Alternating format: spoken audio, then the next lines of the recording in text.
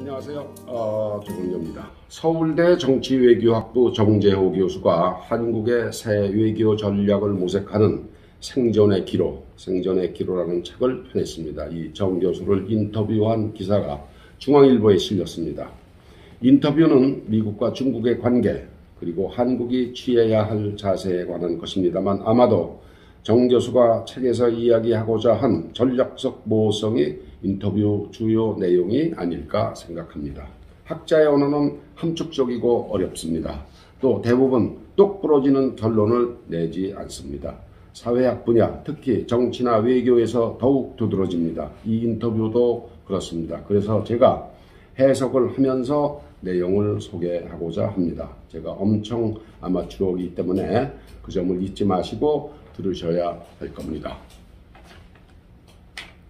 한국은 두 분 시어머니를 섬기든지 아니면 2명의 시누이를 두어야 할지를 결정해야 한다.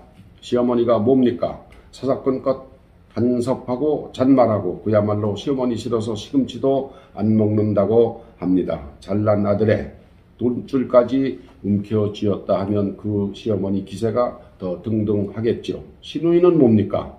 간섭은 못하지만 말리는 시누이가 더 밉다는 말처럼 옆에서 물먹이는 짓은 곧잘 합니다. 시어머니는 권위를 유지하기 위해서 가끔 뭉칫돈을 주기도 하지만 시누이는 그런 면에서 전혀 도움이 안 되는 존재입니다. 귀찮은 존재죠. 우리나라가 미국과 중국 관계가 시누이 또는 시어머니를 모시는 관계가 될 수 있다고 정 교수는 보는 겁니다. 제가 여기서 감히 한마디 하자면 두 나라가 꼭 나쁜 시어머니, 귀찮은 시어머니가 밖에 안 되느냐, 그중 하나는 좋은 시어머니, 착한 시누이가 될 수도 있지도 않을까 하는 점입니다. 그냥 참고만 하십시오. 정 교수와 인터뷰어의 문답입니다. 미국과 중국의 미래관계가 어떻게 될 것이냐. 국력의 격차가 줄어들고 전략적 신뢰에 대한 믿음도 작아지고 있다. 따라서 협력은 제한적이고 경쟁은 커지고 대립과 충돌이 일어날 가능성이 크다. 한마디로 잘 지내기가 어렵다는 말입니다. 바이든과 트럼프의 대중국 정책의 차이에 대해서 이제 정 교수는 첫째, 트럼프가 무역 분야에 중점을 두었다면 바이든의 전선은 훨씬 넓다. 무역, 과학기술, 전략산업 등 경제 전반으로 확대했다. 둘째, 트럼프는 미국 혼자 중국을 견제하려고 들었다면 바이든은 동맹과 함께 대중연합전선을 구축하려 한다.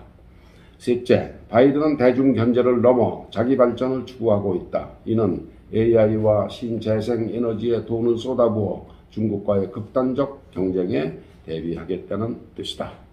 트럼프와 이제 바이든의 그 차이점, 대중국 관계 차이점을 그렇게 설명을 했습니다. 미국과 중국의 대립이 한국에 미치는 영향. 한마디로 심각한 악재다. 우리는 미국과는 동맹이고 중국과는 경제적 동반자다. 둘 다 중요하다. 그런데 주요 경쟁 무대 중 하나가 한반도이다. 그렇다는 얘기는 한국이 동맹에 더 비중을 두느냐 아니면 경제에 더 비중을 두느냐에 따라 지지를 받는 쪽이 반은 먹고 들어가기 때문에 한국이 취한 스탠스가 당사자로서 참 어렵다는 것이다. 북한의 핵이나 4차 산업혁명도 미국과 중국이 독립적이며 경쟁 관계이기 때문에 양다리를 걸칠 수 없는 한국으로서는 양국 관계가 껄끄럽다는 것이 좋을 리 없는 이유다. 미중 고래 싸움은 많은 나라에 새우등 터지는 일이다. 대책은 있느냐? 거기서 정 교수는 이렇게 대답을 했습니다. 두 나라가 맞짱 뜰 때 소국은 뜨는 나라에 대들지 않고 순응하던가, 좀 강한 나라에 대들지 않고 순응하던가, 국제기구를 통하거나 거리를 두든가, 직접 부딪히는 것 등 셋 중 하나다. 대부분은 이를 혼합한다. 어느 편도 안 들고 모호성을 유지하며 피해를 최소화한다. 적응과 대응 전략, 쉽게 말해서 요구를 들어주기도 하고 대들기도 하면서 피해를 줄여야 한다. 그랬습니다. 한국은 그럼 어떻게 해야 되느냐 했더니 이 정 교수 얘기가 한국은 민주국가이고 미국의 동맹국이다. 뜨는 나라 중국에 대한 선택은 어느 한편을 들지는 않지만 대응, 즉 부딪히더라도 할 말은 하는 것. 둘째, B와 C, 말하자면 할 말은 하면서도 충돌은 안 하는 B와 C 사이래야 하는데, 할 말은 하면서도 부딪히지는 않는 B와 C 사이래야 하는데, 한국은 대들지도 않고 순응을 하는 사이에 있다. 그러니까 대통령이 중국을 높은 산봉우리라고 해가면서 대들지도 못하고 순응하는, 그러니까 할 말은 하면서 부딪히지는 않아야 되는데 부딪히지는 않으면서 할 말을 못하는 그런 어정쩡한 스탠스를 취하고 있다. 정 교수는 그렇게 보는 겁니다.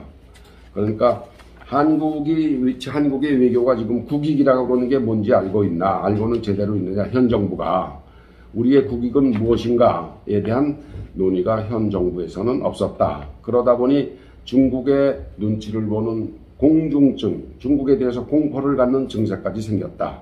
국익이 뭔지를 모르니 외교에서 눈치만 보며 조용한 외교를 해왔다. 무역, 투자, 관광 같은 돈 버는 일만 국익인 줄로 알고 있다. 그러다 보니 국가의 품격과 평판이 무너졌다. 국가의 품격과 명성은 훌륭한 국익이 아닌가. 우리나라의 국익 외교에 대해서 정 교수가 아주 신랄한 비판을 했습니다.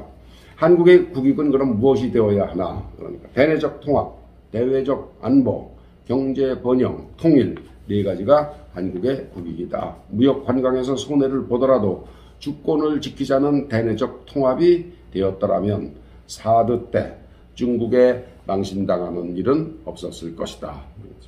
한국만큼 외교 안보회의가 많이 열리는 나라가 없다. 그런데도 왜 우리 외교는 그 모양인가? 뻑하면 신문이나 방송에 외교 안보 회의가 열리는 나라가 한국입니다. 그런데도 우리 외교는 왜 그 모양 그 꼴인가? 이런 질문에 대해서 정 교수는 학계와 정책 서클에서의 비판과 논의가 이루어지고, 첫째, 학계와 정책 서클에서 비판과 논의가 활발하게 이루어지고, 이 논의를 정책 결정 구조에 전달되고, 정부에 전달되고, 그 논의가 그 전달된 논의 중에 일부가 정책에 반영이 되고, 또 그래야 상대국에 대해서 유용한 외교를 할 수가 있는데, 우리는 학계와 정책 서클에서 비판적 논의를 하는 상태만 있고, 그게 정부에 전달이 되고 반영이 되고 상대한테 유용한 외교를 하는 세 가지 과정은 전부 다 죽어 있다, 그런 얘기입니다. 우리는 A단계에 머물러 있다. 학계와 정책 서클에서 비판과 논의가 이루어지고 그 단계에서 그냥 끝나버리고 있다. 정치인들이 SNS나 인터넷으로 외교 안보에 대해 나름대로 견해를 갖게 되었는데, 이를 전문적 식견으로 착각해서 전문가를 무시하기 때문에 이런 일이 생기고 있다. 한국의 외교 안보 회의가 많이 열리지만 실제로 외교는 없다, 그런 얘기입니다.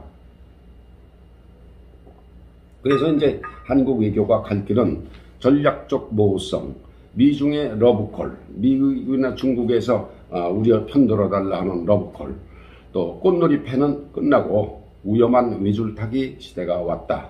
근거 없는 낙관론, 대통령 실적 부풀리기, 조용한 외교를 끝내고 미중이 끊임없이 우리를 필요하게 만드는 상관성을 만들어 나가야 한다. 그래서 대통령이 중요하다. 대통령이 외국 갔다 오면 우리가 자랑하고 오지 않습니까? 한국이 어떻다고. 이런 시대는 끝났다는 얘기입니다. 인터뷰 읽기가 이제 제가 설명을 드렸습니다. 대통령이 아무 성과도 없이 외국에 가서 사진 찍고 뭘 하고 왔다는 자랑하는 게 외교가 아니라, 정 교수는 그렇게 말하고 있습니다. 사진 찍고 와서 뭘 하고 왔다고 자랑하는 게 외교가 아닙니다. 뭘 하고 왔다는 것도 알고 보면 모조리 구라, 거짓말이 아닙니까? 정 교수가 쓴 전략적 모호성이라는 그 책의 내용이 대충 인터뷰에서 소개가 된 것 같습니다. 우리 모두 어려운 책 한 권을 읽었습니다.